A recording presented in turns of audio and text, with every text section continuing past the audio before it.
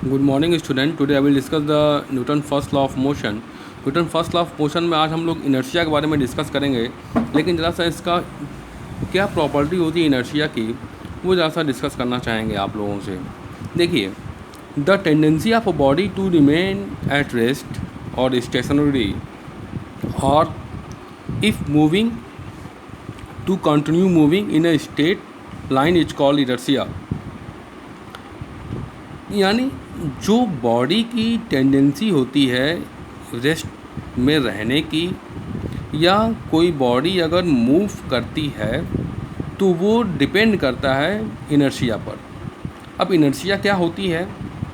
Newton first law recognize that every body has some inertia. Newton ने ये बताया था फर्स्ट लॉ में कि हर बॉडी की अपनी अपनी इनर्शिया होती है।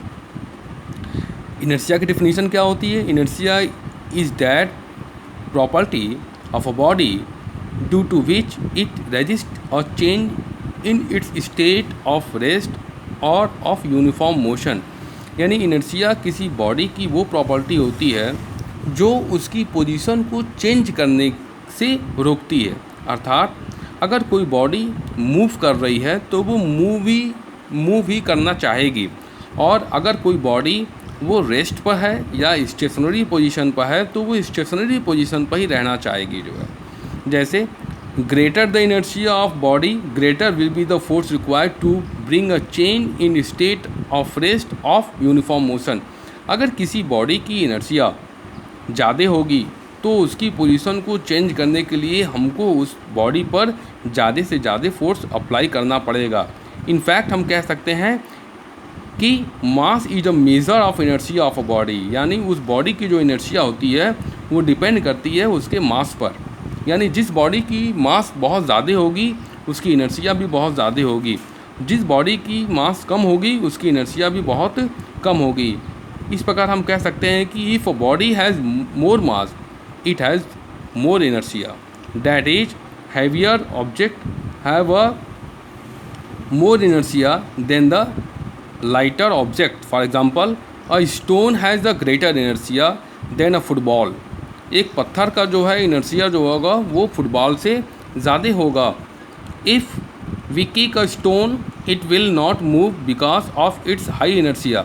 अगर हम किसी स्टोन को किक करते हैं, पैर से मारते हैं, तो वो मूव नहीं करेगी, क्योंकि उस स्टोन की मास जो है वो ज़्यादा होगी, और जिसका मास ज़्यादा होगा उसकी इनर्शिया भी बहुत ज़्यादा होगी।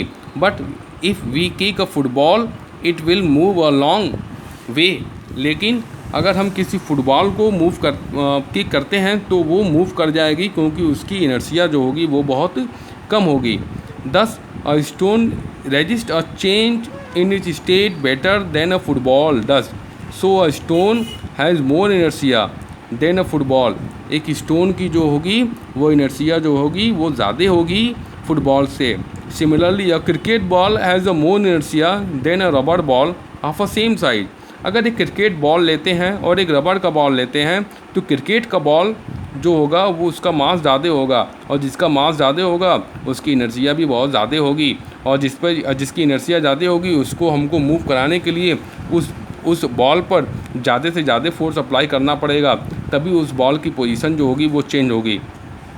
A cricket ball has more inertia because it has more mass it is quite heavy. On the other hand rubber ball has less inertia because it has less mass it is quite light.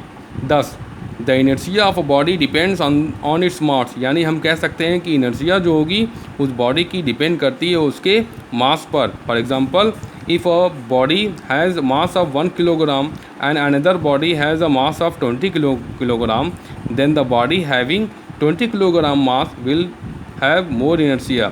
यदि किसी ball की या किसी body की wait जो होगी या उसका मास जो होगा 20 किलोग्राम है तो उस पर इनर्शिया जो होगी वो उसकी ज़्यादा होगी।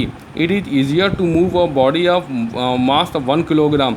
यानी अगर हम 1 किलोग्राम को मूव कराना चाहें और अगर हम 20 किलोग्राम के बॉडी को मूव कराना चाहें तो हमको 1 किलोग्राम वाले बॉडी पर कम फोर्स लगा के उसको हम मूव करा सकते हैं। लेकिन अगर किसी बॉडी का मास जो होगा अगर 20 किलोग्राम है तो उस पर हमको ज़्यादा से ज़्यादा फोर्स अप्लाई करना पड़ेगा, क्योंकि उसकी एनर्जिया जो होगी वो ज़्यादा होगी, क्योंकि उसका मास जो है बहुत ज़्यादा है। Then the body having a 20 kilogram mass will have more inertia.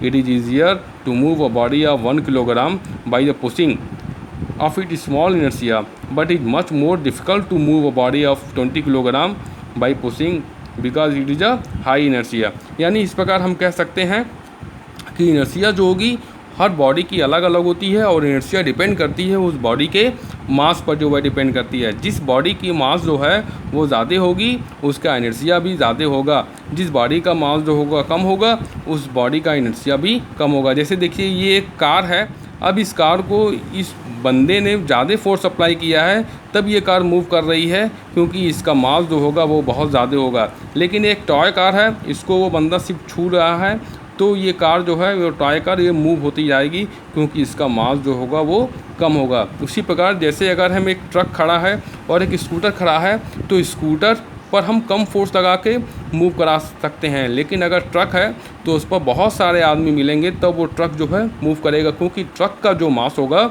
वो बहुत ज़्यादा होगा देन ए स्कूटर से। तो जिस बॉडी का मास ज़्यादा होता है उसकी इनर्शिया भी ज़्यादा होगी, और जिस बॉडी का मास कम होता है उसकी इनर्शिया भी कम होगी। From the above discussion we conclude that the overcome the inertia and make a body move from rest, we must apply an external force. It should be noted that Newton's first law of motion is also sometimes called the Galileo law of inertia. We can illustrate the Newton's first law of motion or the property of inertia of a body with a simple experiment described below.